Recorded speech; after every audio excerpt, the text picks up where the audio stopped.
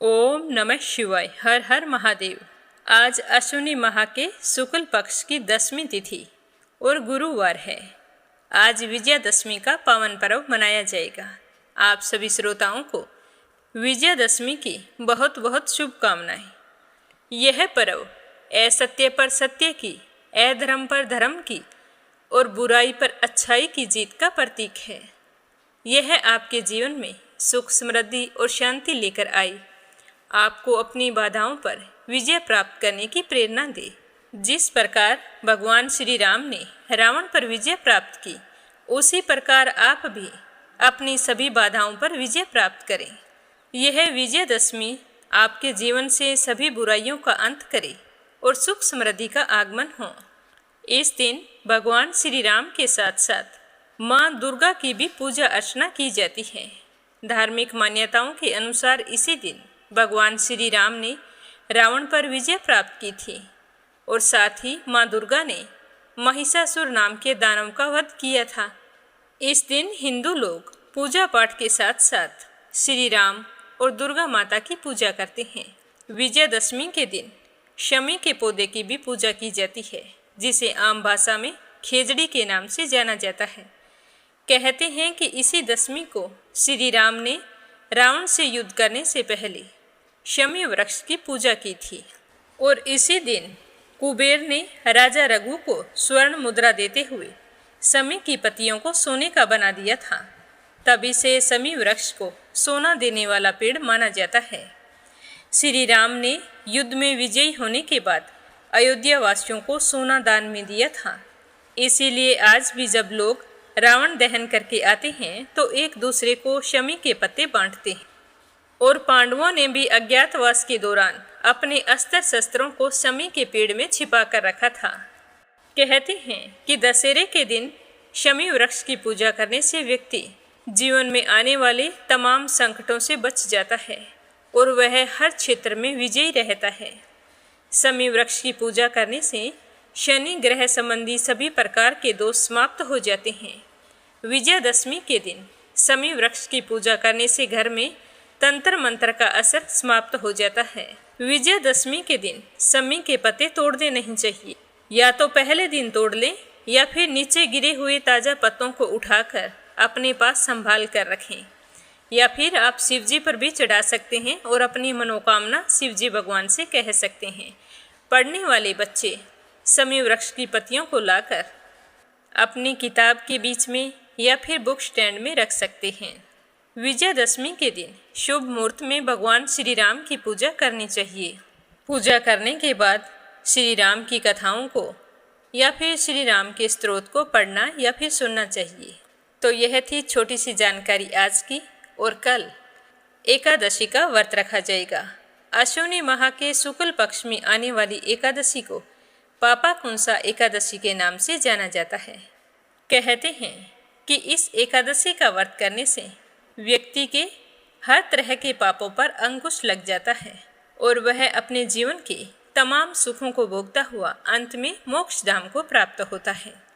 तो एकादशी का व्रत रखने वाले सारे विष्णु भक्त इस बात का ध्यान रखें कि एकादशी व्रत का नियम आज शाम से ही शुरू हो जाएगा। तो अब अपने सुनते हैं आज की कथा। बोलो गणेश जी महाराज की जय हो। एक समय की बात है कि गणेश जी भगवान एक बहुत ही सुंदर गांव से गुजर रहे थे। इस गांव के खेत हरे भरे थे। सुबह का समय था। ठंडी हवा का आनंद लेते हुए गणेश जी मुश्क पर सवार होकर चले जा रहे थे। इतने में वो एक खेत से गुजरे जिसमें जौ की फसल खड़ी थी। तो गणेश जी ने एक जौ की बाली तोड़ ली। फिर उसे तोड़कर देखा तो उसके अंदर 13 दाने अनाज के थे। तो यह देखकर गणेश जी को बड़ा ही अफसोस हुआ। वो सोचने लगे कि मैंने बिना पूछे किसी के खेत से 13 दाने अनाज के तोड़ लिए हैं, तो यह तो चोरी हो गई। चोरी करना पाप है, पर मैंने जानबूझकर चोरी नहीं की है।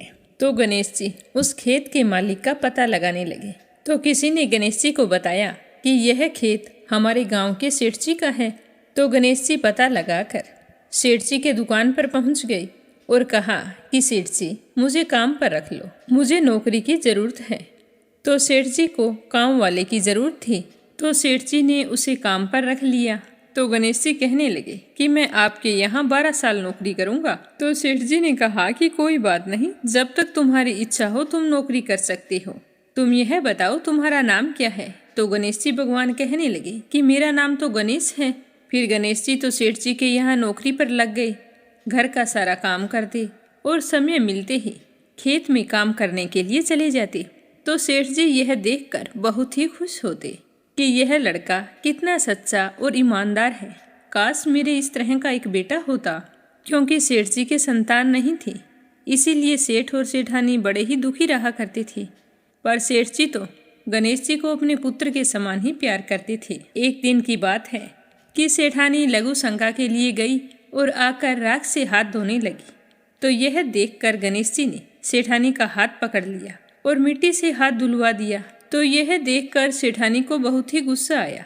जाकर सेठ जी से शिकायत की और कहा कि कैसा नौकर रखा है, उसने आज मेरा हाथ पकड़ लिया और आप पता नहीं उसकी किस बात की इतनी तारीफ करते रहते हो कि वो ईमानदार है, सच्चा है। तो सेठानी की बात सुनकर सेठ जी ने गणेश जी को बुलाया और पूछा कि बेटा गणेश, सेठानी सच बोल रही है क्या? तूने इनका हाथ पकड़ लिया, ऐसा क्यों किया?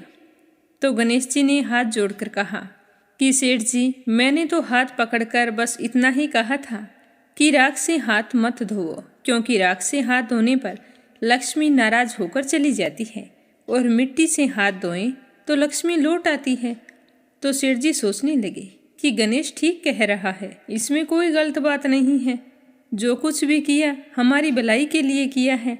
ऐसा करते करते कई दिन बीत गए। थोड़े दिनों बाद कुंभ का मेला आया। तो सेठानी सेठ जी से कहने लगी कि सेठ जी, मुझे तो कुंभ के मेले में स्नान करने जाना है। तो सेठ जी कहने लगे कि मुझे तो समय नहीं है, दुकान संभालनी होती है, फिर खेत जाना होता है। यह सोचते हुए उन्होंने गणेश को आवाज़ दी और कहा कि बेटा गणेश, तुम ऐसा करो, सेठानी जी को कुंभ के मेले में स्नान करवा के लाओ। तो सेठ जी की आज्ञा पाकर गणेश सेठानी को लेकर कुंभ के मेले में चला गया। तो सेठानी तो वहां जाकर पानी को हाथ लगाकर देख रही थी कि पानी ठंडा है और आगे जाऊंगी तो पानी गहरा है, कहीं मैं डूब ना जाऊं। यह सोचकर वो किनारे पर बैठकर स्नान कर रही थी। तो गणेश जी ने उनका हाथ पकड़ा और आगे ले जाकर डुबकी लगवाकर घर ले आए। घर आते ही सेठानी ने सेठ जी से कहा कि आपने कैसा नौकर रखा है, इसने तो मेरी लोगों के बीच में ही इज्जत नहीं रखी। इतनी सारी भीड़ थी वहां पर, उन सभी के बीच में मुझे घसीट कर पानी में आगे ले गया। तो यह सुनकर सेठ जी सोचने लगे कि गणेश ऐसा क्यों कर रहा है। उन्होंने आवाज़ लगाई कि बेटा गणेश, इधर आओ, क्या सेठानी सच कह रही है? तो गणेश ने कहा कि हाँ, सेठानी जी सच कह रहे हैं। इन्हीं से पूछो कि मैंने ऐसा क्यों किया। ये तो किनारे पर बैठकर गंदे पानी से स्नान कर रही थी। जब हम इतनी दूर से कुंभ के मेले में स्नान करने के लिए गए हैं तो कम से कम अच्छे पानी में जाकर डुबकी तो लगाओ। तो यह सुनकर सेठ जी फिर सोचने लगा कि गणेश जी सच कह रहा है। फिर सेठानी को समझा दिया, गणेश जी को कुछ नहीं कहा। ऐसा करते करते घर पर पूजा पाठ रखी। हवन हो रहा था तो सेठ जी ने गणेश जी से कहा कि जाओ सेठानी जी को बुला कर लाओ कि हवन शुरू होने वाला है। तो गणेश जी सेठानी को बुलाने के लिए गए तो सेठानी तैयार हो रही थी। चुनरी ओढ़कर जैसे ही गणेश जी के साथ चलने लगी तो गणेश जी ने चुनरी पकड़कर फाड़ दी और कहा कि लाल चुनरी ओढ़ कर आओ। तो सेठानी जी नाराज होकर सो गई। सेठ जी बार बार देखते रहे कि सेठानी आई नहीं, आखिर क्या बात है। काफ़ी देर इंतजार करने के बाद स्वयं हवन से खड़े हुए और अंदर आकर देखा तो सेठानी तो पलंग पर सोई पड़ी थी। तो सेठ जी ने कहा कि क्या बात है, मैंने गणेश को तुम्हें बुलाने के लिए भेजा था, कहाँ है वो, आया नहीं तुम्हारे पास? तो सेठानी रोते हुए कहने लगी कि सेठ जी, आज तो हद हो गई, आपके गणेश ने मेरी चुनरी फाड़ दी है। अब भी तुम यही कहोगे कि गणेश ने यह भी सही किया है। तो यह सुनते ही सेठ जी को बहुत ही गुस्सा आया और गुस्से में गणेश जी को आवाज़ लगाई। तो सेठ जी की आवाज़ सुनकर गणेश जी दौड़े दौड़े आए और कहने लगे कि सेठ जी क्या बात है। तो सेठ जी गणेश जी को डांटने लगे और कहा कि गणेश, तूने आज तो हद ही कर दी, अपनी सेठानी की चुनरी फाड़ दी। तुमने ऐसी हरकत क्यों की, मुझे बताओ। तो गणेश जी कहने लगे कि सेठ जी, सेठानी जी काली चुनरी ओढ़कर हवन में बैठने वाली थी, तो काले वस्त्र कभी भी पूजा पाठ में नहीं पहने जाते, इसीलिए मैंने लाल चुनरी ओढ़ने के लिए कहा था। काला वस्त्र पहनने से कोई भी शुभ काम सफल नहीं होता। तो सेठ जी फिर सोचने लगे कि गणेश जी है तो समझदार। फिर सेठानी को समझा बुझाकर हवन के लिए ले गए। ऐसा करते करते कई महीनों बीत गए। गणेश जी की नौकरी के 12 वर्ष पूरे हो गए। तो एक दिन की बात है कि सेठ जी ने अपने घर पर गणेश भगवान की पूजा रखी। तो पूजा करने के लिए पंडित आया, तो वह पूजा पाठ की सारी सामग्री तैयार करके कहने लगा कि सेठ जी, मैं तो मूर्ति घर पर ही भूल आया हूँ, अब क्या करें। तो गणेश जी वहीं पर खड़े थे। वो कहने लगे कि मेरे को ही मूर्ति बनाकर विराजमान कर लो, आपके सारे काम सफल हो जाएंगे। तो गणेश जी के इतना कहते ही सेठ जी को बहुत ही गुस्सा आया और वो बोले कि अब तक तो तुम सेठानी से मजाक करते थे, अब तुम मुझसे ही मजाक करने लग गए। तो गणेश जी बोले कि नहीं सेठ जी, मैं मजाक नहीं कर रहा हूँ, मैं तो सच बोल रहा हूँ। इतना कहकर गणेश जी ने अपना असली रूप धारण कर लिया। तो गणेश जी का यह रूप देखकर सेठ, सेठानी और पंडित हैरान हो गए। तो गणेश जी ने हंसकर कहा कि जल्दी से पूजा समाप्त करो। तो पूजा पाठ शुरू की गई। पूरे विधि विधान से गणेश जी की पूजा की। जैसे ही पूजा समाप्त हुई तो गणेश जी तो अंतर ध्यान हो गए।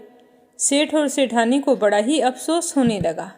उन्होंने कहा कि हमारे पास आज तक गणेश जी रहते रहे और हम उनसे काम करवाते रहे, हमें तो पता ही नहीं था कि ये गणेश जी भगवान हैं। अब ये पाप कैसे उतरेगा, हमने उनसे कितना काम करवाया है। तो सेठानी कहने लगी कि आपने तो काम ही करवाया था, मैंने तो गणेश जी भगवान को ना जाने कितनी डांट लगाई है। तो गणेश जी भगवान मुझसे तो जरूर नाराज हो गए होंगे, अब हमें क्या करना चाहिए। तो इस तरह अफसोस करते करते सेठ और सेठानी सो गए।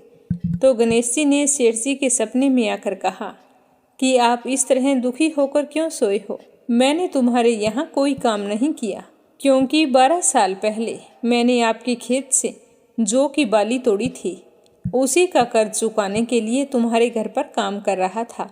तुम्हें अफसोस करने की कोई ज़रूरत नहीं है, मैं तो अपने चोरी का दोष उतारने के लिए आपके यहाँ आया था। आपके साथ रहकर मुझे बहुत ही अच्छा लगा।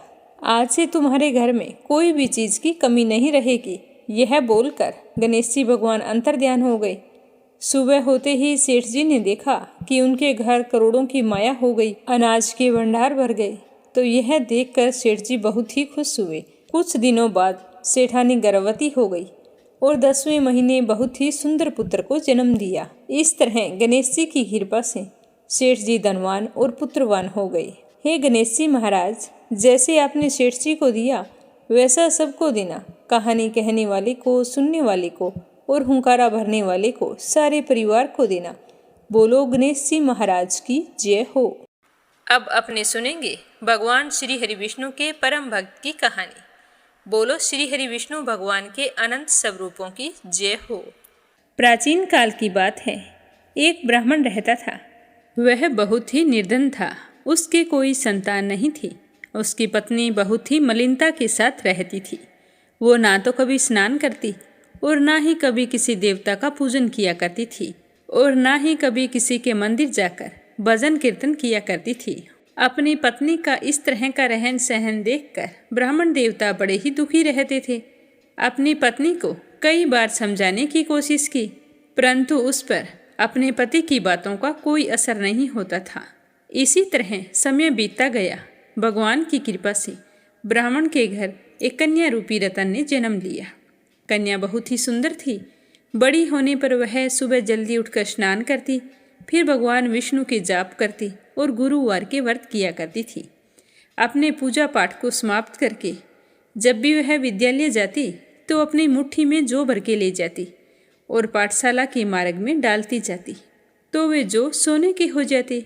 जब वो पाठशाला से लौट कर आती तो उन जौ को बीन कर घर ले आती। एक दिन वह बालिका सूप में सोने के जौ को फटक कर साफ कर रही थी, तो उसके पिताजी ने उसे देखा और कहा कि बेटी, तुम्हारे पास सोने के जौ कहाँ से आए। तो वह कहने लगी कि पिताजी, मैं जब विद्यालय जाती हूँ तो जाते समय जौ की मुट्ठी भरकर ले जाती हूँ, सारे रास्ते में डालती जाती हूँ। जब मैं विद्यालय से लौट कर आती हूँ तो ये जो सोने के हो जाते हैं, तो इन्हें मैं बीन कर घर ले आती हूँ। तो उसकी पूजा पाठ और भक्ति से उसके पिताजी बड़े ही प्रसन्न हुए और कहने लगे कि बेटी, सोने के जो साफ करने के लिए सूप भी सोने का होना चाहिए, पर हम तो निर्धन हैं, हमारे पास कुछ नहीं है, तो सोने का सूप कहाँ से लाएं? तो अपने पिताजी की बात सुनकर वह लड़की मन ही मन सोचती रही। दूसरे दिन गुरुवार था, तो कन्या ने व्रत रखा।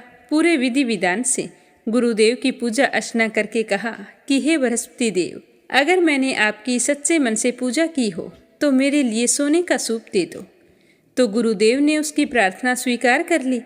अब रोजाना की तरह वो कन्या जो फैलाती हुई जाने लगी, और जब शाम को विद्यालय से लौट कर आई, जो बीन रही थी, तो उसे रास्ते में गुरुदेव की कृपा से सोने का सूप मिला।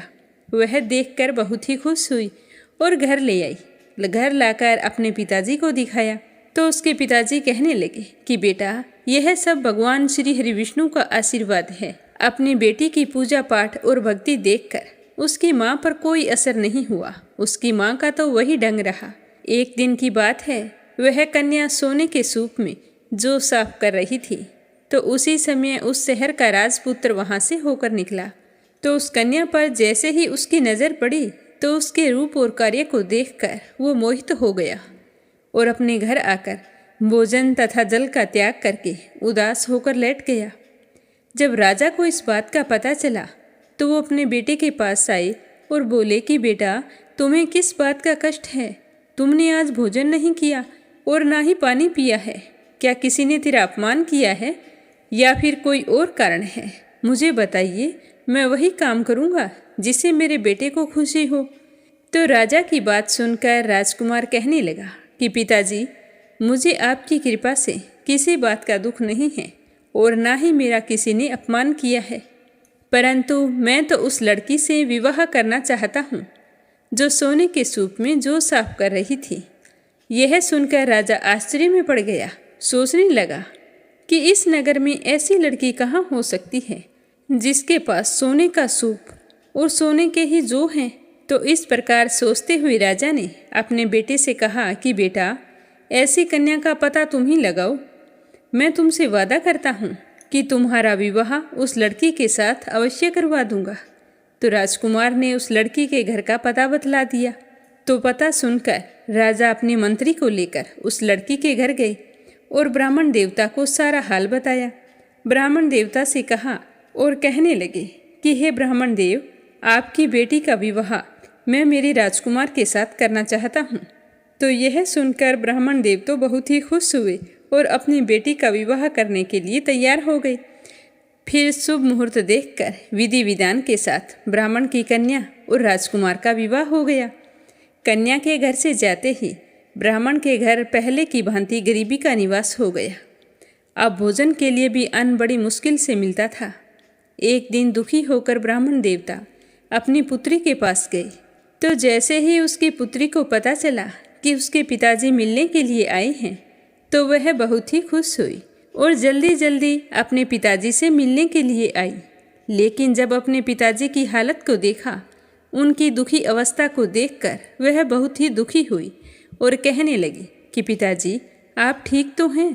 माँ के क्या हाल हैं? तो उसके पिताजी ने सारा हाल कह सुनाया। तो उस ब्राह्मण की बेटी ने बहुत सारा धन देकर अपने पिता को विदा कर दिया। तो इस तरह ब्राह्मण का कुछ समय सुखपूर्वक व्यतीत हुआ। फिर वही हाल हो गया। ब्राह्मण फिर अपनी कन्या के यहाँ गया और सारा हाल कहा। तो वह लड़की कहने लगी कि हे पिताजी, आप माताजी को यहीं लेकर आओ। मैं उन्हें पूजा पाठ की विधि बता दूंगी, जिससे आपकी गरीबी दूर हो जाएगी।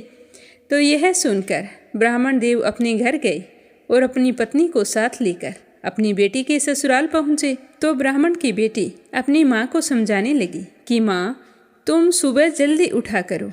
उठकर सबसे पहले स्नान करके भगवान श्री हरि विष्णु का विधि पूर्वक पूजन किया करो और तुलसी के पौधे में जल सिंचा करो।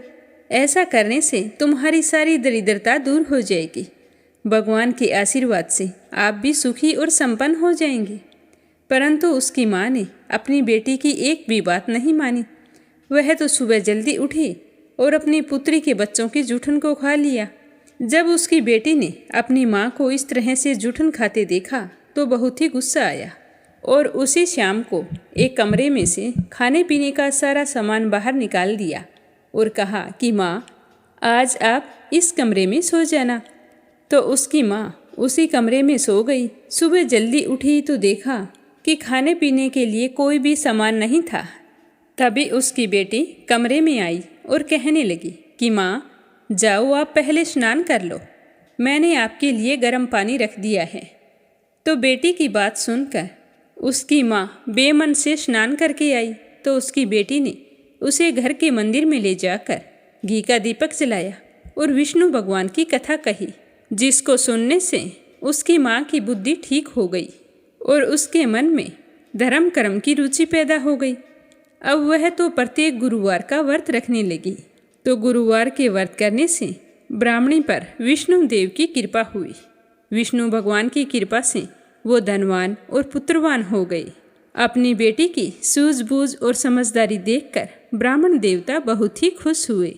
इस तरह दोनों पति पत्नी अपने जीवन के समस्त सुखों का भोग करते हुए अंत में वैकुंठ धाम को गए।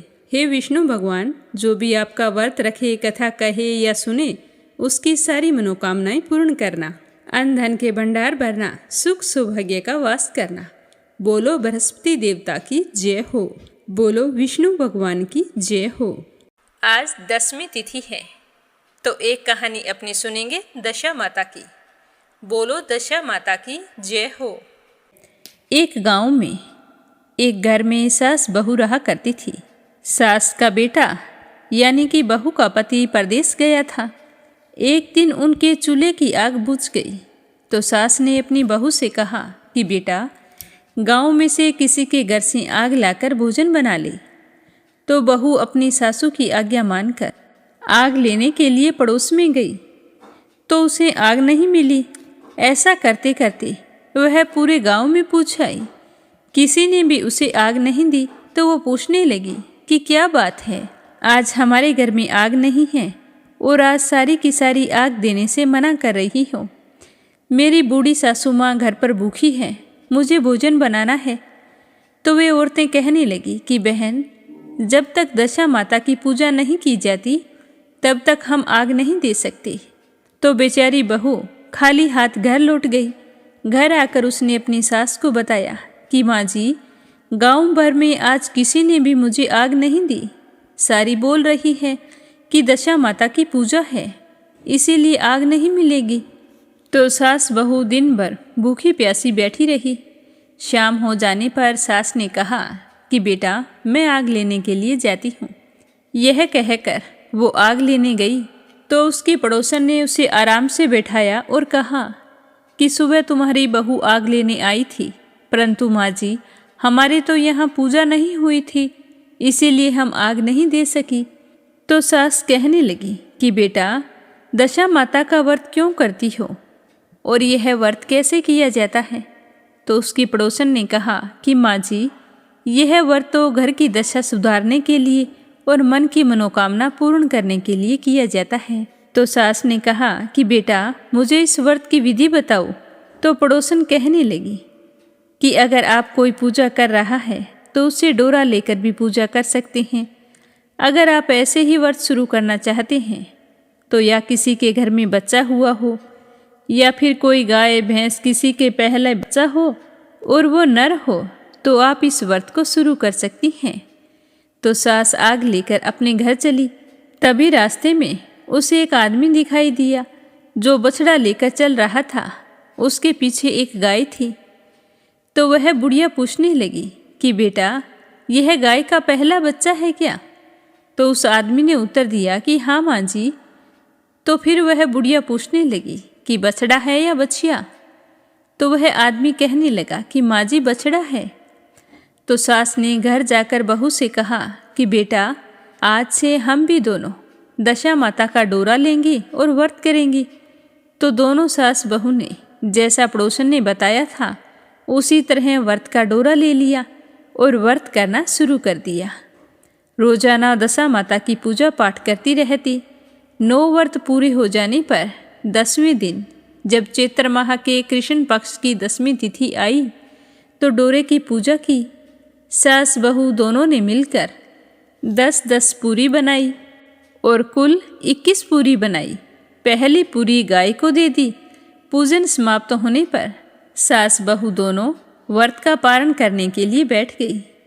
उसी समय बुढ़िया के बेटे ने परदेश से लौटकर दरवाजे पर आवाज़ लगाई। आवाज़ सुनकर माँ ने अपने बेटे को पहचान लिया। खुश तो हुई पर सोचने लगी कि व्रत का पारण कर रही हूँ, बीच में तो खड़ा होना नहीं।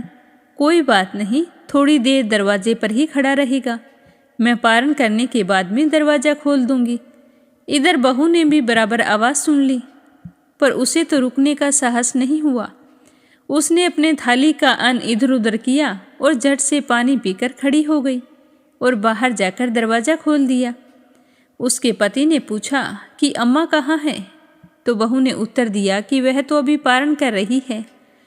तब पति कहने लगा कि मैं तुम्हारे हाथ का जल भी नहीं पीऊँगा, क्योंकि मैं 12 बरस से घर आया हूँ। इतने दिनों में ना जाने तुम किस प्रकार रही होगी। अब तो मुझे अम्मा ही जल पिलाएगी, तभी मैं जल पीऊँगा। यह सुनकर उसकी पत्नी एकदम से हैरान हो गई। सोचने लगी कि अचानक से इन्हें क्या हो गया है, पर उसे यह मालूम नहीं था कि पारण का अपमान करने पर उस पर दशा माता का कोप हुआ है। वह चुपचाप बैठ गई। इतने में उसकी सासू माँ व्रत का पारण करके आई और अपने बेटे के पास गई, तो बेटे ने बड़े ही प्रेम भाव से माँ के चरण स्पर्श किए। उसकी माँ ने उसे आशीर्वाद दिया और बेटे को घर में ले गई। माँ ने ले जाकर थाली परोसी कि बेटा भोजन कर ले। तो जैसे ही उसका बेटा भोजन करने लगा, जैसे ही वह पहला ग्रास लेने लगा, तो बहू के फेंके हुए वो पूरियों के जूठे टुकड़े अपने आप उठ कर उसकी थाली में आने लगे। तो वह अपनी माँ से पूछने लगा कि माँ, यह सब कुछ क्या हो रहा है। तो उसकी माँ कहने लगी कि बेटा मैं क्या जानूँ, ये तो बहू जाने। तो यह सुनते ही बेटा तो आग बबूला हो गया और कहने लगा कि ऐसी बहू मेरे किस काम की, जिसके चरित्र की साक्षी तुम भी नहीं हो। मैं उसे घर में नहीं रख सकता, इसे अभी घर से निकालो। अगर वो इसी समय घर से नहीं गई तो मैं अभी वापस चला जाऊंगा। तो उसकी माँ कहने लगी कि बेटा, हमने दशा माता का व्रत किया था और उसने व्रत के पारण का अपमान किया है, उसी की वजह से यह सब कुछ हो रहा है। तुम्हारी बुद्धि भ्रमित हो गई है, ऐसी कोई बात नहीं है। पर वह अपनी माँ की बात सुनने को तैयार नहीं था। बार बार बस यही कह रहा था कि इसे घर से बाहर कर दो, नहीं तो मैं घर छोड़कर चला जाऊंगा। तो बेचारी उसकी माँ सोचने लगी कि चलो थोड़ी देर के लिए बहू को घर से बाहर कर दूंगी, जब इसका गुस्सा शांत हो जाएगा तो बुला लूंगी। ऐसा सोचकर बुढ़िया ने बहू से कहा कि बेटा, तू थोड़ी देर के लिए घर से बाहर जाकर खड़ी हो जा, जब इसका गुस्सा शांत हो जाएगा तब मैं तुझे वापस बुला लूंगी। बेटा, तुमने व्रत के पारण का अपमान किया है, पूड़ियों को इधर उधर फेंक दिया, इससे दशा माता क्रोधित हो गई है और उसी की वजह से यह सब कुछ हो रहा है। तो बेचारी बहू के तो कुछ समझ नहीं आ रहा था। वह तो बाहर जाकर पेड़ के नीचे थोड़ी देर के लिए खड़ी हो गई, लेकिन जैसे ही पेड़ के नीचे खड़ी हुई तो वह पेड़ बोलने लगा कि मुझसे दूर होकर खड़ी हो जाओ, मैं दशा माता के विरोधी को छाया नहीं देता। तो बेचारी पेड़ को इस तरह बोलता हुआ देखकर बड़ी ही दुखी हुई और वहाँ से हटकर गड़ोंची के पास गई। तो गड़ोंची भी बोलने लगी कि मुझसे दूर होकर खड़ी हो जाओ, मुझ पर तो इतना भार गड़ों का नहीं है जितना तेरा हो गया है। दशा माता की विरोधी मेरे पास क्यों आई है। यह सुनकर बहू बहुत ही दुखी हुई और वहाँ से चलकर कूड़े के ढेर के पास जाकर खड़ी हो गई। तो कूड़े का ढेर भी बोलने लगा कि मुझ पर इतना भार तो कूड़े का भी नहीं है जितना वजन तेरा है। चल हट यहाँ से, कहीं और जाकर खड़ी हो जा, दशा माता की विरोधी कहीं की। इस तरह बेचारी जहाँ भी जाती उसे कुछ न कुछ कहकर वहाँ से भगा दिया जाता। किसी ने भी उसे खड़ा नहीं होने दिया। तो वह अपने मन में बहुत ही दुखी हुई और उधर उसकी सास भी अभी तक बाहर नहीं आई थी। तो वो सोचने लगी कि मेरे पति का गुस्सा अभी शांत नहीं होने वाला, तो मन ही मन अपने आप को कोसती हुई जंगल में चली गई। जंगल में भूखी प्यासी घूमती रही, इधर उधर पानी की तलाश करने लगी। तभी उसे एक कुआं दिखाई दिया। जैसे ही वो कुएं के पास गई तो उसे चक्कर आ गया और वो कुएं में गिर गई।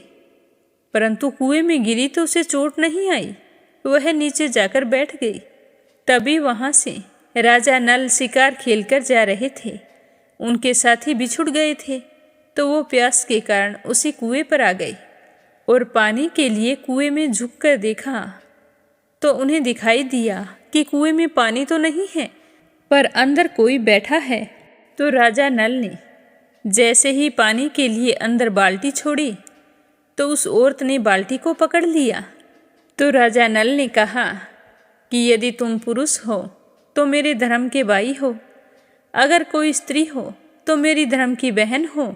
जो भी हो मुझे बोल कर बताओ, तभी मैं तुम्हें बाहर निकालूंगा। तो उसने अंदर से आवाज़ दी और राजा ने उसे बाहर निकाल लिया तथा हाथी पर बैठाकर राजधानी ले आया। महाराज को शिकार से लौटकर महलों की ओर आता देखकर रानी की दासियों ने रानी को खबर दी कि महाराज आ रहे हैं और साथ में एक स्त्री को भी हाथी पर बैठा रखा है। लगता है कि राजा की ये नई रानी है। आज तो वो नई रानी लेकर आ रहे हैं। तो यह सुनकर रानी को बड़ा ही दुख हुआ। इतने में महाराज वहाँ पर आ पहुँचे। तो रानी ने हाथ जोड़कर कहा कि महाराज, मुझसे ऐसी क्या गलती हो गई जो आप मेरे रहते दूसरा विवाह कर लिया।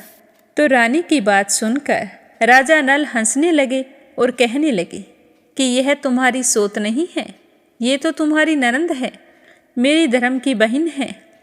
तुम्हें उसके साथ अपनी सगी ननंद का व्यवहार करना है। तो यह सुनते ही महारानी का मुख प्रसन्नता से खिल उठा। वह कहने लगी कि अब तक मैं ननंद का सुख नहीं जानती थी। अच्छा हुआ जो मुझे भाग्य से ननंद मिल गई। राजा ने भी उसका नाम मुँह बोली बहन रखा और उसके लिए अलग से महल बनवा दिया। अब उसके दिन सुख से बीतने लगे। एक दिन राजा के यहाँ घोड़ी ने बच्चे को जन्म दिया। तो राजमहल की सारी महिलाएं बधाई गीत गाने लगी। तो मुँह बोली बहन ने दासियों से कहा कि बहनों, क्या बात है, आज मंगल गीत किस लिए गाए जा रहे हैं। तो दासियों ने बताया कि महाराज की घोड़ी ने शुभ घड़ी में एक उत्तम घोड़े को जन्म दिया है। ये तो उसी के लिए मंगल गीत गाए जा रहे हैं। तो मुँह बोली बहन कहने लगी कि क्या घोड़ी ने पहली बार बच्चे को जन्म दिया है। तो दासियों ने कहा कि हाँ। तो यह सुनकर मुँह बोली बहन बहुत ही खुश हुई और महारानी के पास गई। कहने लगी कि भाभी सा, हम दोनों दशा माता का डोरा लें। तो रानी ने पूछा कि डोरा क्या होता है, मुझे समझाओ, मैं तो जानती ही नहीं हूँ। तो वो कहने लगी कि दशा माता के व्रत का यह नियम है कि पहले पहल जब गाय या घोड़ी या स्त्री के प्रसव की खबर सुने तो डोरा लेकर व्रत आरंभ करे। 9 दिन व्रत करने के बाद 10वें दिन डोरे का पूजन करके विसर्जन कर दें। और व्रत की विधि के साथ साथ मुँह बोली बहन ने व्रत के पारण की विधि भी बता दी, क्या नियम है ये भी बता दिए। तो सुनकर महारानी कहने लगी कि तुम्हारा व्रत तुम ही को फले। मैं पूरी और दूध की खीर खाने वाली रानी महारानी बन फेरे गोले की पपड़ी खाकर कैसे रह सकती हूँ। ऐसा खाना खाए मेरा दुश्मन। ऐसे व्रत के बारे में मुझे फिर कभी मत कहना। तो भाभी की बात सुनकर वह उदास हो गई और कहने लगी कि भाभी, मुझे जो चाहे कह लो, परंतु व्रत के बारे में कुछ मत बोलो। इसी व्रत के उल्लंघन के कारण ही मैं मारी मारी फिर रही हूँ और आपके देश में आ गई हूँ। तो महारानी ने उदासीनता के साथ कहा कि मुझे क्या पड़ी है, तुम्हें जो अच्छा लगे वो करो। मैं मना तो नहीं कर रही हूँ, पर मैं व्रत नहीं करूँगी। तो मुँह बोली बहन ने श्रद्धापूर्वक डोरा लिया। 9 दिन तक व्रत किए। 10वें दिन विधिवत पूजन किया, गोला हरा बनाए और संध्या को पारण करने बैठ गई। तो पूरे विधि विधान से व्रत करने के कारण दशा माता की उस पर कृपा हुई। उसी समय उसके पति को अचानक कुछ प्रेरणा सी हुई और वह अपनी माँ के पास गया और कहा कि माँ, आपकी बहू को यहाँ से गए हुए कितने महीने हो गए, मैंने तो उसकी कोई खबर नहीं ली। अब तुम्हारी आज्ञा हो तो मैं उसे ढूंढ कर लाता हूँ। तो अपने बेटे की बात सुनकर उसकी माँ बहुत ही खुश हुई और मन ही मन दशा माता का धन्यवाद करने लगी। और वह अपनी माता की आज्ञा पाकर अपनी पत्नी को ढूंढने के लिए निकल पड़ा। घूमता फिरता वह भी राजा नल की राजधानी में पहुंच गया और वहां जाकर अपनी पत्नी का पता लगाने लगा। और वह नगरी में घूमकर निराश होकर एक कुएं पर आकर बैठ गया। कुएं पर कुछ औरतों को बातें करते सुना। एक कह रही थी कि राजा की मुंह बोली बहन कितनी सुंदर है, आजकल तो उसी का किया हुआ सब कुछ होता है। दूसरी स्त्री कहने लगी, वह सुंदर होने के साथ साथ कितनी धर्मात्मा है, जब से आई है तभी से उसने सदाव्रत खोल रखा है, उसके दरवाजे से कोई भी व्यक्ति खाली हाथ नहीं लौटता। तो तीसरी कहने लगी कि वह जैसी धर्मात्मा है वैसे ही सदाचारिणी भी है। चौथी कहने लगी कि वह सदाचारिणी और सर्वप्रिय भी है, सारी प्रजा उसे कितनी खुश है। तब वहाँ पर एक बूढ़ी महिला बैठी थी। वो कहने लगी कि आपकी सारी बातें सही हैं, परंतु अब तक ये पता ही नहीं चला कि वो कौन है और कहाँ से आई है, कहाँ की रहने वाली है। बेचारी किस्मत की मारी कितनी पूजा पाठ करती है, फिर भी पता नहीं क्यों इस तरह से अपने घर को छोड़कर आई है। तो उन औरतों की बात सुनकर वह सोचने लगा कि कहीं वो मेरी पत्नी तो नहीं है, मुझे उसका पता लगाना होगा। उसके दरवाजे से कभी कोई व्यक्ति खाली हाथ नहीं लौटता, तो यही बात ठीक है, मैं साधु का वेश बनाकर वहाँ पर जाता हूँ और पता करता हूँ कि वो कौन है। तो ऐसा निश्चय करके उसने साधु का रूप धारण किया और राजा की मुँह बोली बहन के द्वार पर पहुँच गया और भिक्षा के लिए आवाज़ें देने लगा। तो उसकी बात सुनकर राजा का द्वारपाल भिक्षा देने के लिए आया, तो उसने द्वारपाल के हाथों से भिक्षा लेने से मना कर दिया और कहने लगा कि भिक्षा देने वाली स्वामिनी के हाथों से ही मैं भिक्षा ग्रहण करूँगा, अन्यथा बिना भिक्षा के ही चला जाऊँगा। तो द्वारपाल कहने लगा कि हे साधु महाराज, इस समय तो वो दशा माता के व्रत का पारण कर रही है, पारण समाप्त होने के बाद ही वह तुमको भिक्षा दे सकती है, उनसे भिक्षा लेने के लिए तुम्हें इंतजार करना होगा। तो वह चुपचाप बैठकर इंतजार करने लगा। उधर जब राजा की मुँह बोली बहन ने व्रत का पारण कर लिया, तो द्वारपाल ने कहा कि दरवाजे पर कोई भिक्षा लेने के लिए आया है और वो आपसे ही भिक्षा लेना चाहता है। तो उसने मुट्ठी भर के मोती लिए और बाहर आई, परंतु सामने अपने पति को पल्ला फैलाई देखकर वह मुस्कुराती हुई वापस लौट गई। दोनों ने एक दूसरे को पहचान लिया। तो महारानी ने अपनी ननंद को मुस्कुराते हुए देखकर कहा कि ननंद बाईसा, जब से तुम आई हो आज तक मैंने तुम्हें मुस्कुराते हुए नहीं देखा, आज इस साधु को देखकर हंसने का क्या कारण है। तो रानी साहिबा की बात सुनकर उनकी मुंह बोली ननंद ने उत्तर दिया कि भाभी सा, वह साधु हमारे घर का है। तो रानी पूछने लगी, तब वो ऐसे क्यों आया है। तो वह कहने लगी कि वह अभी मेरा पता लगाने आया है। तो महारानी ने राजा नल से कहा कि तुम्हारी मुंह बोली बहन के घर से लोग आए हैं। तो राजा ने कहा कि उनसे बोल दो कि अभी तो अपने घर चले जाएं, फिर जैसी हमारी हैसियत है उसी के हिसाब से आए, तभी मैं मेरी बहन की विदाई करूँगा। तो यह सुनकर वह अपने घर चला गया। उसे पता चल चुका था कि मेरी पत्नी यहाँ पर है। अपने घर जाकर खुशी खुशी अपनी माँ से कहने लगा कि माँ, तुम्हारी बहू तो राजा नल के यहाँ उसकी बहन बनकर रह रही है। वह तो रोज़ सदाव्रत करती है और नियम धर्म से दिन बिताती है। तब उसकी माता ने उसे आज्ञा दी कि जा बेटा, बहू को जल्दी से घर लेकर आ। तो वह अपनी माँ की आज्ञा पाकर डोली, पीनस, गाजे बाजी, कहार आदि के साथ सज धज कर राजा नल की राजधानी की ओर चल पड़ा। वहाँ पहुँचने पर राजा ने उसका खूब स्वागत किया और कुछ दिन तक मेहमानी में रखकर फिर विधि पूर्वक अपनी बहन की विदाई की। जब वह महल के बाहर निकली और अपने पति के साथ चलने लगी, तब वह महल भी उसके पीछे पीछे चलने लगा। तो यह देखकर महारानी दमयंती कहने लगी कि ननंद जी, तुम चली और मेरा महल भी ले चली, ये सब क्या है? थोड़ी पीछे मुड़कर देखती तो जाओ। तो जैसे ही उसने पीछे मुड़कर देखा तो राजा का संपूर्ण राजसी वैभव अचानक लुप्त हो गया और वह फिर अपने पति के साथ अपने घर आ गई और फिर अपनी सासू माँ से मिलकर बहुत ही प्रसन्न हुई। पति पत्नी और उसकी सास तीनों प्रसन्नतापूर्वक रहने लगे। अब उसका पति उसे खूब प्यार करता था, तो वह मन ही मन दशा माता का धन्यवाद करती। इसी तरह उनका समय आनंद से बीत रहा था। परंतु राजा नल व रानी दमयंती का यह हाल हो गया कि उन्हें 2 वक्त का भोजन भी नसीब नहीं होता था। उनके भोजनालय में पत्ते खड़खड़ाने लगे। राजा नल ने रानी से कहा कि अब हमें यहाँ से कहीं दूर चले जाना चाहिए। यहाँ का राजा हूँ तो प्रजा के सामने तो कोई काम कर नहीं सकता, और नौबत ये आ गई है कि हमें तो 2 वक्त का भोजन भी नसीब नहीं होता।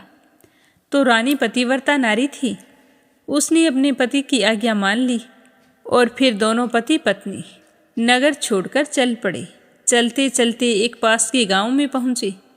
वहाँ पर बेरी के पेड़ पर बेर लगे हुए थे। राजा रानी दोनों बहुत भूखे थे। उन्होंने उन बेरों को उठाया तो वे बेर लोहे के हो गए। अब इस प्रकार राजा रानी जिस वस्तु को भी हाथ लगाते तो वह कंकड़ पत्थर में बदल जाती। तो यह देखकर राजा और रानी बहुत ही दुखी होते। जैसे तैसे आगे बढ़ते गए। रास्ते में उन्हें एक व्यापारी मिला। व्यापारी ने राजा रानी को पहचान लिया। उसने राजा रानी के भोजन के लिए सेर भर आटा दिया। वे आटा लेकर नदी के किनारे चले गए। वहाँ पहुँचने पर राजा नल ने कहा कि तुम भोजन बनाओ और मैं स्नान करके आता हूँ। उस नदी में मछुआरे मछलियाँ पकड़ रहे थे। उन मछुआरों ने राजा को 4 मछलियाँ दे दी। तो राजा स्नान करके वो मछलियाँ लेकर आ गए। रानी ने रोटियाँ बनाई।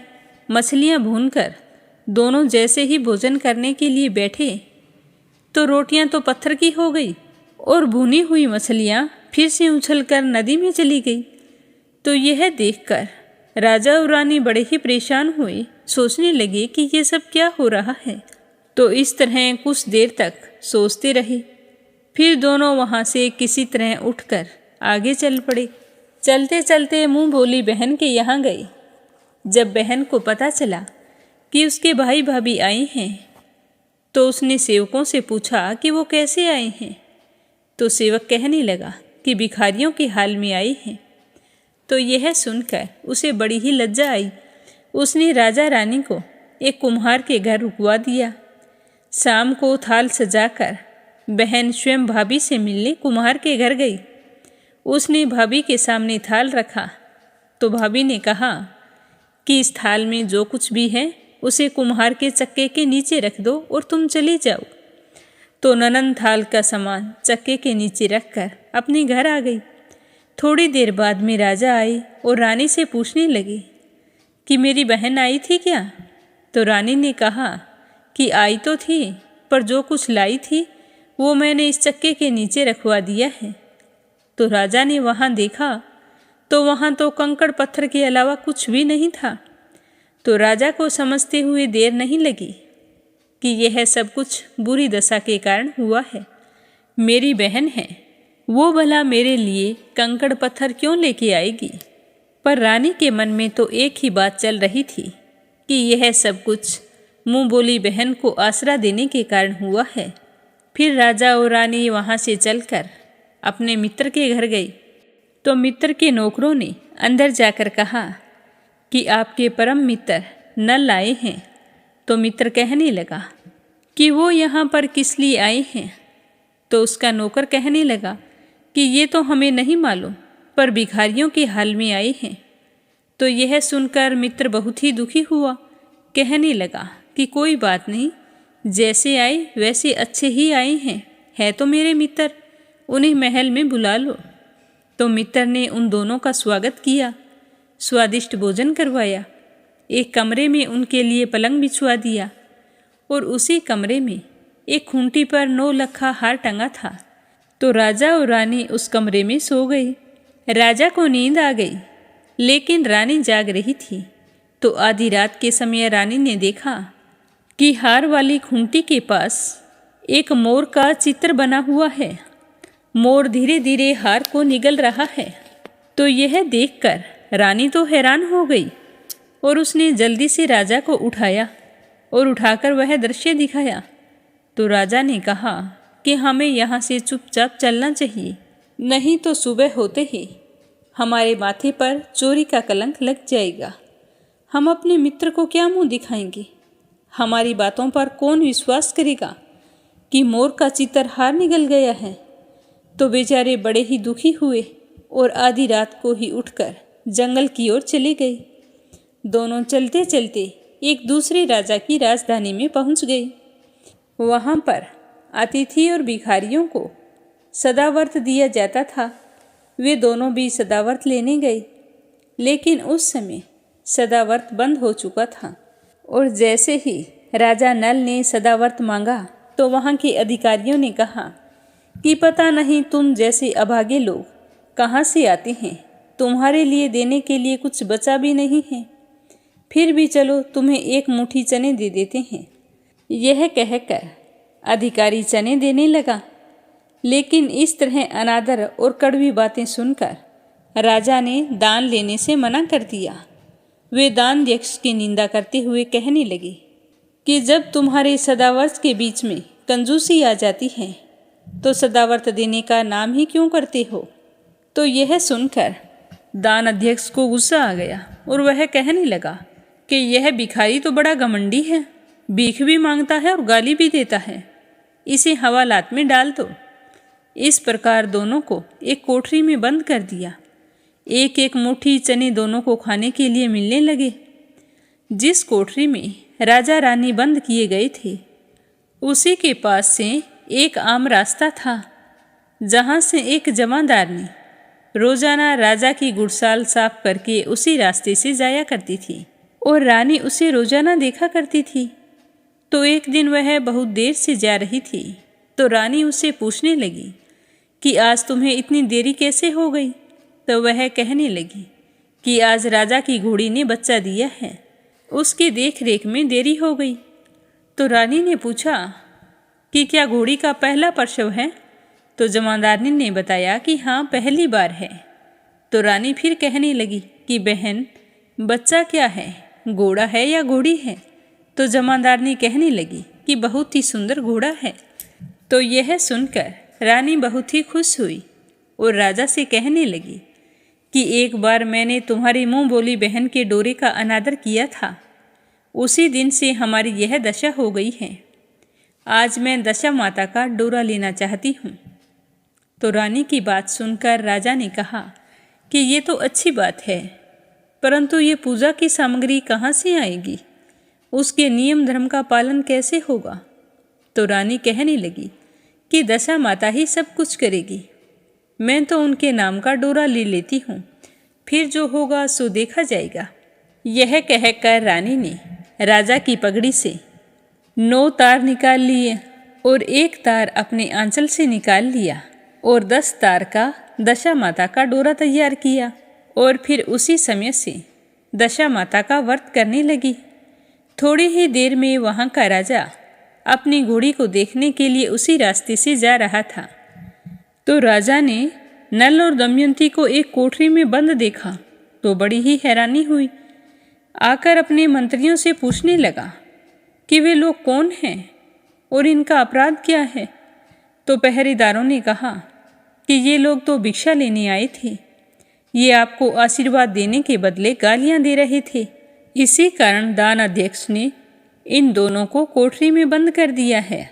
तो राजा कहने लगे कि इनका कोई अपराध नहीं है, इन्हें भिक्षा नहीं मिली होगी, तभी ये गालियां दे रहे होंगे। इनको संतुष्ट करना चाहिए था, ना कि कैद खाने में डालना चाहिए। इनको अभी के अभी रिहा करो और उस दान अध्यक्ष को मेरे सामने प्रस्तुत करो। तो राजा का आदेश पाकर पहरेदारों ने दान अध्यक्ष को राजा के सामने प्रस्तुत किया। तो राजा उससे पूछने लगे कि मुझे सच सच बताना कि गलती तुम्हारी थी या इनकी थी। जब ये तुमसे भिक्षा लेने आई तो तुमने भिक्षा क्यों नहीं दी? तो वो हाथ जोड़कर कहने लगा कि महाराज, पहले मैंने ही इनका अपमान किया था, मुझसे बहुत बड़ी गलती हो गई, मुझे माफ़ कर दो।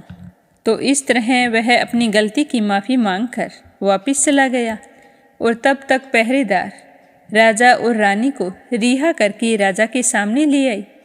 तो राजा उनके पाँव में पद्म और माथे पर चंद्रमा देखकर पहचान गए थे कि ये तो राजा नल और रानी दमयंती हैं और इनके साथ मेरे आदमियों ने कितना अनर्थ किया है।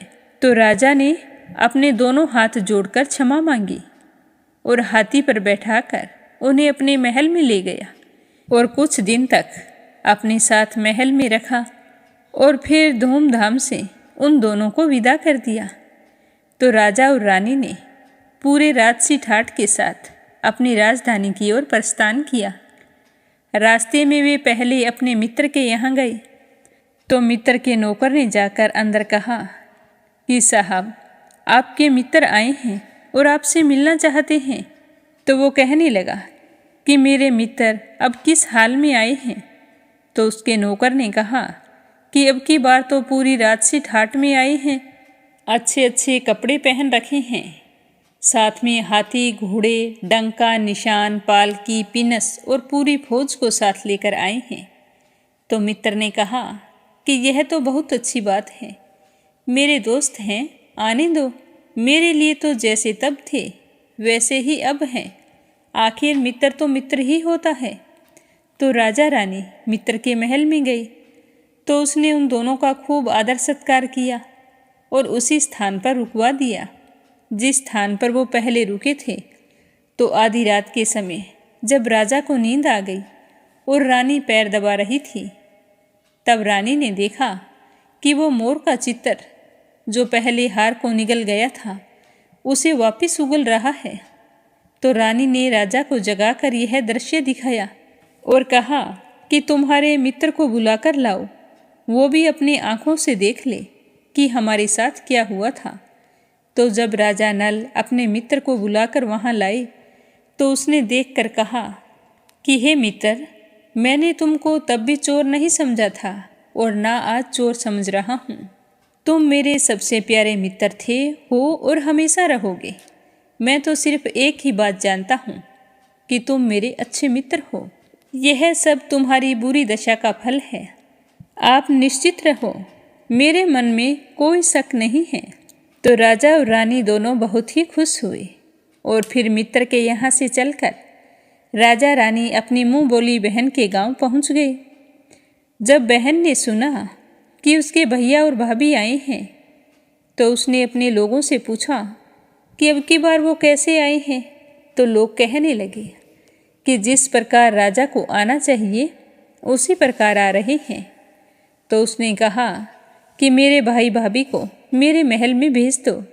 तो उन आदमियों ने जाकर राजा नल से कहा कि तुम्हारी बहन ने अपने महल में तुम्हें बुलाया है। तो उनके कहने पर जब राजा नल ने अपने हाथी को अपनी बहन के महल की ओर मोड़ा, तब रानी कहने लगी कि आप अपनी बहन के घर जाइए, मैं तो उसी कुम्हार के घर रहूँगी जिसके घर पहले ठहरी थी। तो राजा ने कहा कि जिस कारण इतने दुख उठाए और दर दर की ठोकरें खाई, तुम उसी से झगड़ा मोल ले रही हो, यह तुम अच्छा नहीं कर रही हो। परंतु रानी तो नहीं मानी, वह कुम्हार के घर ठहर गई। राजा अपनी बहन के घर चली गई। शाम को राजा की बहन भाभी के लिए थाल सजाकर कुम्हार के यहाँ आई तो उसने भाभी के सामने थाल रख दिया। तो यह देखकर भाभी ने सोने चांदी के गहने उतार उतार कर रख दिए और कहने लगी कि खाओ रे मेरे सोने और चांदी के गहनों, खाओ, हम भूखे नंगे क्या खाएंगे।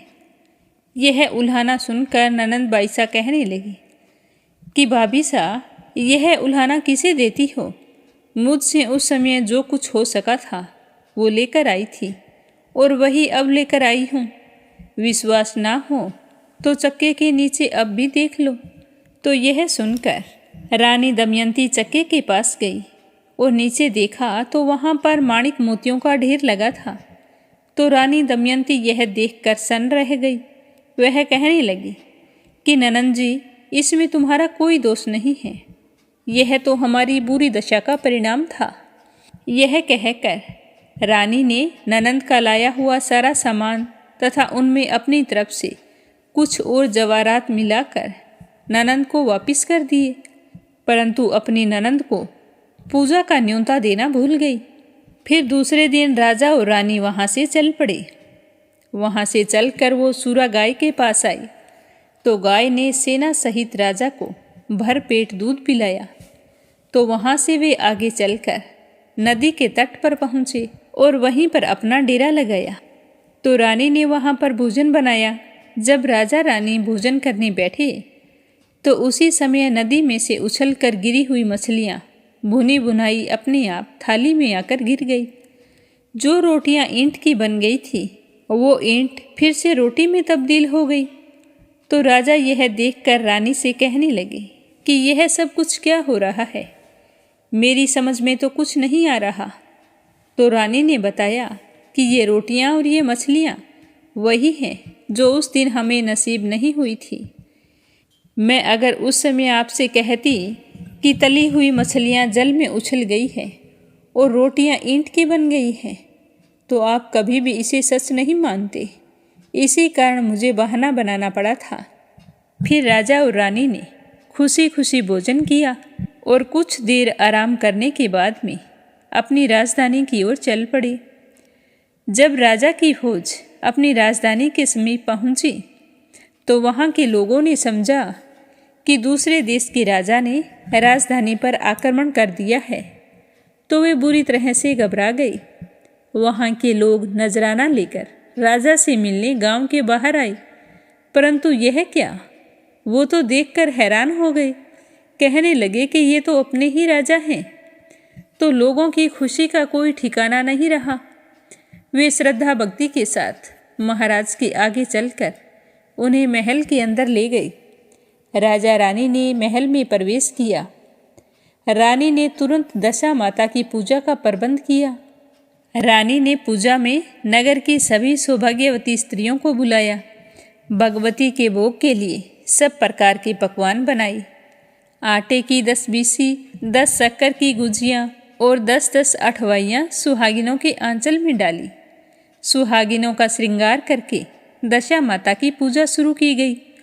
कलश स्थापित करके दीपक को जलाया, परंतु उस दीपक की बत्ती जल नहीं रही थी। तो यह देखकर पंडितों ने कहा कि ठीक से याद करो, सबको न्योता दे दिया क्या? क्या कोई न्योता पाने वाला न्योतने से रह गया? जल्दी से स्मरण करो, नहीं तो ये पूजा होनी असंभव है। अगर आपको याद आ जाता है तो उसके आने पर ही दीपक जल पाएगा, उसी के बाद पूजा होगी। तो रानी ने कुछ देर सोच विचार करके बताया कि हाँ, मैं अपनी ननंद को न्योतना भूल गई हूँ। तो पंडित कहने लगे कि उसे फौरन बुलाओ। घर की बहन सुहासिनी पूजा पाठ में सबसे पहले आनी चाहिए। तो राजा ने अपने दूरगामी रथ को भेजकर अपनी मुँह बोली बहन को वहाँ बुलवाया। उसके आते ही कलश का माणिक दीपक प्रज्वलित हो गया। फिर बड़ी धूमधाम से पूजा की गई और अंत में सुहागिनों को भोजन करवाकर विदा किया। और फिर उसी समय राजा ने राज्य में घोषणा की कि मेरी प्रजा के लोग दशा माता का व्रत करें। तो राजा का आदेश पाकर उस नगर के सारे लोग दशा माता का डोरा लेकर व्रत और पूजा पाठ करने लगे। बोलो दशा माता की जय हो। हे दशा माता, जिस प्रकार आपने राजा नल और रानी दमयंती की दशा सुधारी, उसी तरह सबकी दशा सुधारना। जो भी आपकी इस कथा को सुने, व्रत रखे, पूजा पाठ करे, उसकी सारी मनोकामना पूर्ण करना। बोलो दशा माता की जय हो। अब अपने सुनते हैं श्री स्कंद पुराण का आगे का अध्याय। बोलो स्कंद पुराण की जय हो, शिव परिवार की जय हो। भगवान शिव जी कहते हैं कि ब्रह्मा कुंड से दक्षिण नरका निवासभूत महान पर्वत है, जहाँ भगवान श्री हरि ने लोक सुंदर मेरु पर्वत को स्थापित किया है। जब भगवान का निवास विशालापुरी में हुआ, तब विद्याधर और चारणों सहित संपूर्ण देवता, महर्षि और सिद्ध भगवत दर्शन के लिए उत्कंठित होकर मेरु पर्वत के शिखरों को छोड़कर वहां आ गए। भगवान के दर्शन से उन्हें ऐसा आभास हुआ कि देवलोक तुच्छ प्रतीत होने लगा। तब भगवान ने उनके सुख के लिए एक ही हाथ से मेरु पर्वत के शिखरों को उखाड़ लिया और लीलापूर्वक उन्हें यहाँ स्थापित कर दिया, क्योंकि भगवान विष्णु सबकी प्रीति बढ़ाने वाले हैं। उस समय वहाँ स्वर्ण निर्मित पर्वत को देखकर सब देवता बड़े ही प्रसन्न हुए और रोग शोक से रहित भगवान नारायण का उन्होंने स्तवन करना शुरू किया।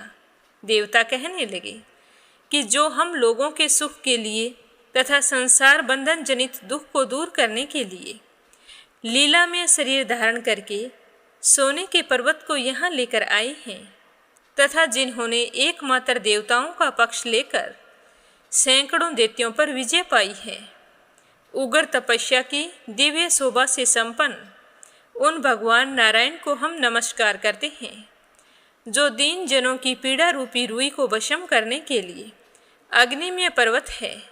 हम पर दया करके जो हमें दयालु पिता की भांति उत्तम शिक्षा देते हैं, त्रिभुवन की रक्षा करने में समर्थ, दृष्टिपात से जो पूर्ण सुधा का समुद्र प्रवाहित करते हैं, वे भगवान विपत्तियों से हमारी रक्षा करें। ऋषि कहने लगे कि यह समस्त संसार जिनसे व्याप्त होकर शोभा पा रहा है, उन आप सनातन प्रभु को हम नमस्कार करते हैं।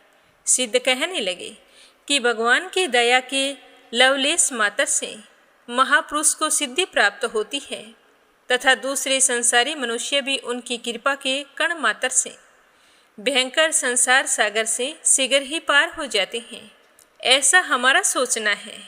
विद्याधर कहने लगे कि हे सर्वव्यापी प्रभु, आप सद्गुणों के समूह, कल्याण की मूर्ति, परमेश्वर और सम्मान के विस्तार में हेतु हैं।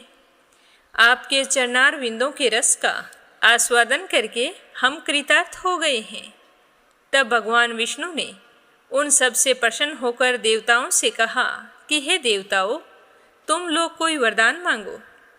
तो भगवान से यह आज्ञा पाकर देवताओं ने वरदाताओं में श्रेष्ठ श्री हरि से कहा कि आप देवताओं के भी देवता हैं और साक्षात लक्ष्मीपति हैं। यदि आप संतुष्ट हैं तो हम यही चाहते हैं कि आप बद्री तीर्थ और मेरु पर्वत का कभी त्याग ना करें। जो पुण्य भागी मनुष्य यहाँ मेरु शिखर का दर्शन करते हैं, आपके प्रसाद से उनका मेरुगिरी पर निवास हो और वहाँ चिरकाल तक उत्तम भोग भोगने के पश्चात वो आप में समा जाएं। तब भगवान तथास्तु कहकर वहाँ से अंतर्ध्यान हो गए। इसके पश्चात परम उत्तम लोकपाल तीर्थ है, जहाँ भगवान विष्णु ने स्वयं ही लोकपालों को स्थापित किया है। एक समय भगवान विष्णु मेरु निवासी देवताओं को यहाँ लाने की इच्छा से वहाँ गए और देवताओं तथा मुख्य मुख्य ऋषियों के चरित्र को देखने के लिए उद्यत हुए। भगवान को वहाँ उपस्थित देखकर सब देवताओं ने सहसा उठकर नमस्कार किया और विनयपूर्वक कहने लगे कि हे भगवान, प्रसन्न होइए। क्षण भर विश्राम करने के पश्चात भगवान ने वहाँ की विरल भूमि को भली भांति देखा और देवताओं तथा ऋषियों का वहाँ एक साथ रहना उचित न समझकर हंसते हुए कहा कि हे लोकपालो, आपको यहाँ नहीं रहना चाहिए। आप लोगों के योग्य स्थान की व्यवस्था मैंने पहले से ही कर रखी है। इस तरह कहकर उन्होंने लोकपालों को बुलाया और बद्री क्षेत्र में सुंदर पर्वत के शिखर पर उन्हें स्थापित किया। वहीं जल की इच्छा से उन्होंने शैल दंड के द्वारा एक पर्वत को तोड़कर मनोहर सरोवर बनाया, जहाँ भगवान विष्णु द्वादशी और पूर्णिमा को स्नान करने के लिए आते हैं उसके बाद तपस्वी ऋषि मुनि वहाँ विधि पूर्वक स्नान करके जल में ऐसंग परम ज्योति का दर्शन करते हैं। सब तीर्थों में स्नान करने का जो फल बताया गया है वह दंड पुष्करिणी के दर्शन मात्र से तत्काल प्राप्त हो जाता है। वहाँ महान पुरुषों के सभी काम्य कर्म सफल होते हैं तथा यज्ञ, दान और तप सब अक्षय हो जाते हैं। वहाँ जेठ मास में शुक्ल पक्ष की द्वादशी तिथि को विधि पूर्वक स्नान करने से मनुष्य कृतार्थ हो जाता है। जो सदा भगवान के निकट स्थान प्राप्त करना चाहता है उसे प्रयत्न पूर्वक बद्री क्षेत्र का सेवन करना चाहिए।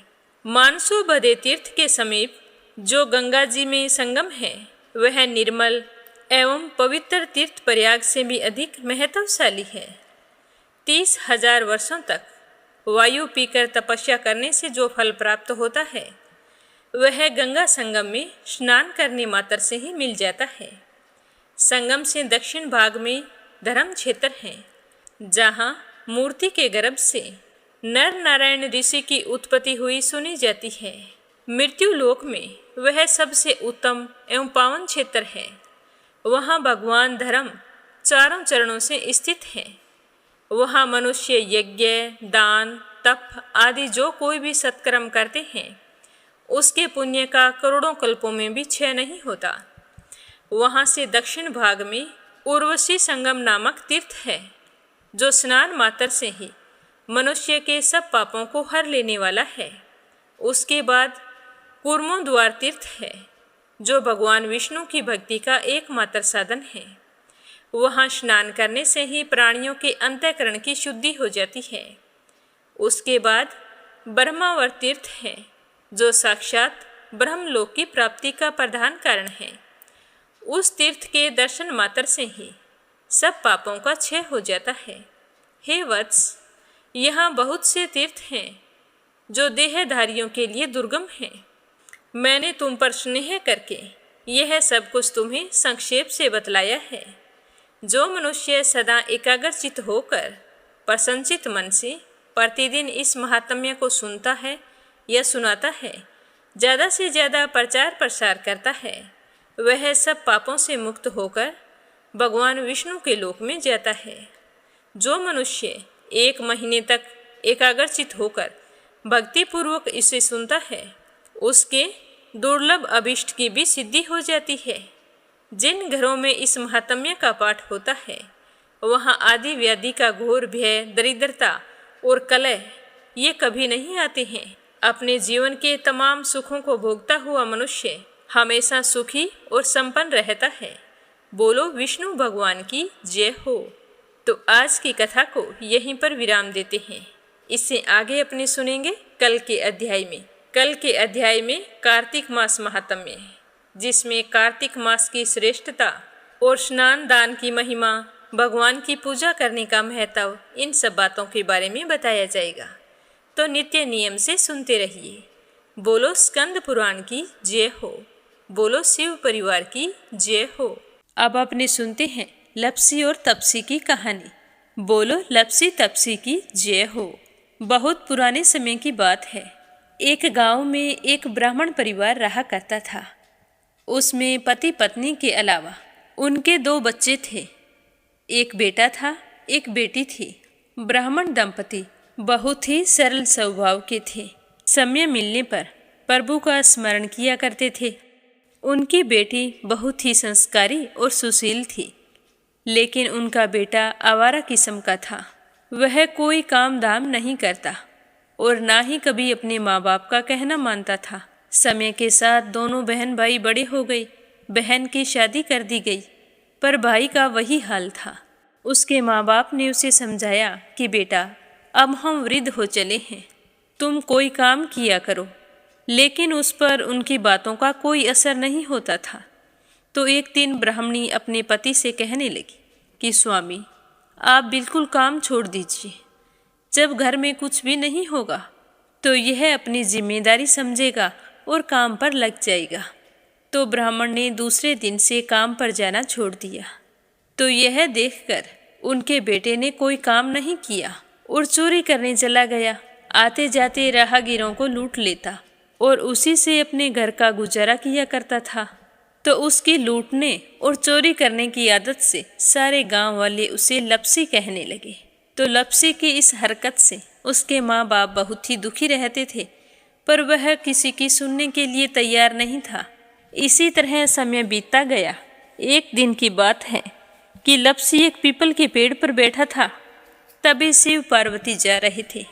पार्वती माता गहनों से लदी हुई थी। तो लपसी उन्हें देखकर सोचने लगा कि सूरत के कितने गहने हैं, आज ये सारे के सारे लूट लूँगा तो मुझे कई महीनों तक चोरी नहीं करनी पड़ेगी। तो वह लूटने के इरादे से पीपल की ओट में होकर बैठ गया। जैसे ही शिव पार्वती वहाँ से जाने लगे तो लपसी एकदम से शिव पार्वती के सामने आकर कहने लगा कि जल्दी से जितने सारे गहने पहन रखे हैं उतार दो। तो पार्वती माता कहने लगी कि तुम चोरी क्यों करती हो, तुम्हें पता है चोरी करना पाप है। तो लपसी कहने लगा कि क्या करूं, घर पर मेरे माँ बाप हैं, मेरी एक भांजी है, उनके लिए दोनों समय भोजन की व्यवस्था कहाँ से करूं, मुझे कोई काम तो आता नहीं है। तो लपसी की बात सुनकर पार्वती माता कहने लगी कि तुम जो चोरी करके पाप करते हो, इस पाप का भागी कौन बनेगा। तो लपसी कहने लगा कि मेरे घर वाले सारे बनेंगे। तो पार्वती माता कहने लगी कि कोई नहीं बनेगा, पाप के भागी केवल तुम बनोगे। तो लपसी कहने लगा कि मैं लूट खोस कर उन्हीं के लिए लेकर जाता हूँ, तो पाप के भागी तो उन्हें बनना ही पड़ेगा। तो लपसी की बात सुनकर पार्वती माता ने हंसकर कहा कि हम यहीं पर बैठे हैं और तुम अपने घर जाओ, अपने घर वालों से पूछो कि कोई तुम्हारे पाप का भागी बनेगा क्या। तो यह सुनकर लपसी भागा भागा अपने घर आया और अपनी माँ के पास गया और कहने लगा कि माँ, मैं चोरी करके लाता हूँ, राह चलते राहगीरों को लूटता हूँ, तुम्हारे लिए ही तो करता हूँ। तो तुम मुझे एक बात बताओ, चोरी करने से जो पाप लगता है तो आप मेरे पाप के भागी बनोगे।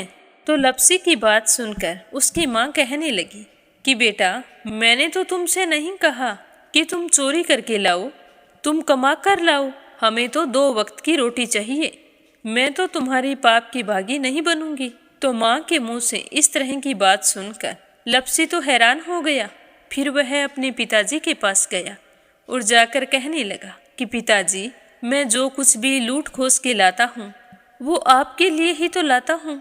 देखो मैंने लूट कर कितना धन इकट्ठा कर लिया है, कितने ऐशो आराम है तुम्हारे। अगर मैं चोरी नहीं करता तो क्या ये सब हमें मिलता। पिताजी, मैं तुमसे एक बात पूछता हूँ कि चोरी करने से पाप लगता है, तो उस पाप में आप मेरे भागीदार बनोगे क्या। तो लपसी की बात सुनकर उसके पिताजी कहने लगे कि बेटा, मैंने नहीं कहा कि तुम चोरी करके लाओ, तुम कमा कर लाओ, मैं तुम्हारे पाप का भागी नहीं बनूंगा। तो माँ बाप के मुंह से इस तरह की बात सुनकर वह बहुत ही उदास हुआ और सोचने लगा कि मैं कितने महीनों से चोरी कर रहा हूँ, ना जाने मुझ पर कितना पाप चढ़ गया है, और ये तो बोल रहे हैं कि पाप के भागी हम नहीं बनेंगे, तो अब क्या होगा। तो वह बड़े ही दुखी मन से शिव पार्वती से मिलने के लिए चल पड़ा। जैसे ही घर से बाहर निकलने लगा तो उसकी छोटी सी भांजी दरवाजे पर खेल रही थी। उसे पता नहीं था कि पाप पुण्य क्या होता है। तो वो कहने लगी कि मामा, पाप की भागी मैं बनूंगी। तो उसके इस तरह कहते ही लपसी ने उसे गोद में उठाया और चल पड़ा। शिवजी भगवान और पार्वती माता के पास जाकर कहने लगा कि घर वालों ने पाप का भागी बनने से मना कर दिया है और एक यही है जो पाप की भागी बनने को तैयार है। फिर लपसी बड़े ही दीन स्वर में कहने लगा कि हे भगवान, मैं समझ गया हूँ कि चोरी करना पाप है। आज तक जो मैंने काम किया वो बहुत ही गलत था, लेकिन अब मैं इसका प्रायश्चित करना चाहता हूँ। अब तुम ही बताओ, मुझे मेरे पापों से मुक्ति कैसे मिलेगी। तो उसकी बात सुनकर शिव पार्वती बहुत ही खुश हुए और लपसी को कच्चे सूत का एक छोटा सा गोला देते हुए कहा कि लपसी, ये सूत लो और इस पीपल के चारों ओर परिक्रमा लगाओ। जब यह सूत समाप्त हो जाएगा तब तुम्हारे सारे पाप नष्ट हो जाएंगे। तो यह सुनकर लपसी बहुत ही खुश हुआ। सोचने लगा कि छोटा सा गोला है, अभी लपेट कर घर चला जाऊंगा, उसके बाद मैं कभी कोई पाप नहीं करूँगा। फिर उसने अपनी बांजी को कंधे पर बैठाया और पीपल की परिक्रमा लगानी शुरू कर दी। अब भगवान का वह सूत खत्म कहाँ होने वाला था। लपसी चक्कर लगाता गया पर वह सूत खत्म नहीं हुआ। चक्कर लगाते लगाते 1 महीने, 6 महीने, साल, पूरे 12 साल बीत गए पर वह सूत खत्म नहीं हुआ। 12 साल बाद एक बार फिर शिव पार्वती जी वहाँ से गुजर रहे थे तो पार्वती माता ने कहा कि स्वामी चलो लपसी को चलकर देखते हैं। तो शिवजी कहने लगे, वो चोरी करने वाला, लूटने वाला कब का चला गया होगा। तो पार्वती माता कहने लगी कि नहीं स्वामी, चलकर देखने में क्या जाता है, चलो एक बार देखते हैं। तो शिव पार्वती जी जैसे ही पीपल वृक्ष के पास आए तो देखा कि लपसी तो अब भी चक्कर लगा रहा है। वहाँ चारों ओर गहरी खाई हो गई है और लपसी की बड़ी बड़ी दाढ़ी, मूंछें, नाखून बढ़ गए हैं। तो यह देखकर पार्वती माता ने कहा कि देखो स्वामी, आप तो कह रहे थे कि वो कब का ही चला गया, देखो इसके मन में सच्ची भक्ति है। तो पार्वती की बात सुनकर शिवजी ने कहा कि चलो अभी देख लेता हूँ। तो यह कहकर शिवजी ने एक सोने का कड़ा लपसी के आगे फेंक दिया। तो लपसी ने झट से उसके ऊपर पैर कर लिया।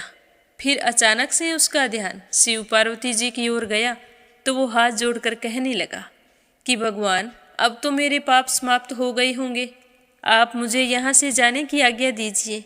आपका यह सूत अभी तक खत्म नहीं हुआ है।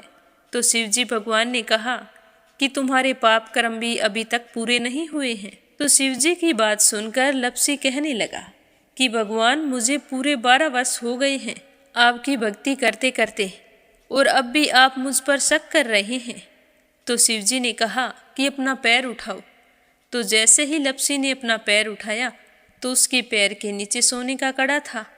तो यह देखकर लपसी शर्मिंदा हो गया और कहने लगा कि प्रभु, गलती हो गई, मुझे माफ़ करो, आगे से मैं ऐसी गलती कभी नहीं करूँगा। तो शिवजी कहने लगे कि नहीं लपसी, तुम्हारा पाप ऐसे पूरा नहीं हो सकता। अब तुम्हें 12 वर्ष तक और इसी तरह परिक्रमा करनी होगी, उसी के बाद तुम्हारे पाप समाप्त होंगे। यह कहकर शिव पार्वती वहाँ से चले गए और वह फिर से पीपल के पेड़ की परिक्रमा करता रहा। करते करते 12 साल बीत गए। 12 साल बाद में शिव पार्वती जी वहाँ पर आए तो उन्होंने देखा कि आज भी वो वहीं पर चक्कर लगा रहा है। तो शिवजी ने फिर उसके सामने सोने की अंगूठी फेंकी पर उसने कोई ध्यान नहीं दिया। तो शिवजी भगवान प्रसन्न होकर कहने लगे कि हे लपसी, आज से तुम मेरी तपस्या करके तपसी बन गए हो। मैं तुम्हें वरदान देता हूँ कि तुम अपने जीवन में सारे सुखों को प्राप्त करेगा। और तूने 24 बरस तक मेरी भक्ति की है, इसका फल भी तुझे अवश्य मिलेगा। जो भी औरत गाय और कुत्ते की रोटी नहीं बनाएगी, उसका पुण्य फल तुम्हें मिलेगा। आंगन लीप कर दहलीज नहीं लीपेगी तो उसका पुण्य फल भी तुझे ही मिलेगा।